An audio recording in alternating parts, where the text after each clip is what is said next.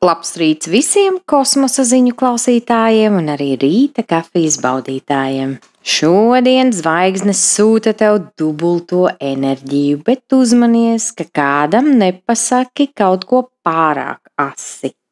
Marsa un Venēras konflikts var uzrīkot romantisku drāmu arī tur, kur vismazāk gaidīsi. Šī diena var likt tev justies kā spožais zvaigznei, jo Merkūrs lauvā piedos komunikācijai īpašu šarmu un harizmu. Tāpēc izmanto to, lai izteiktu komplimentus, nevis kritiku.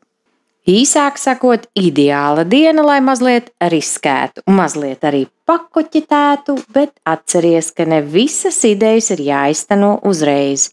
Neļauj savām ego spēlītēm ņemt virsroku. Tātad šodien vari būt drosmīgs, bet nepārgalvīgs. Un arī, ja gadās kļūdīties, pasmaidi un atceries, ka arī zvaigznes dažreiz aizmirst, kurā galaktikā atrodas. Lai tava kosmosa kafija un visa diena garšo pēc zvaigznēm, bet virs galvas mūžīgs piena ceļš.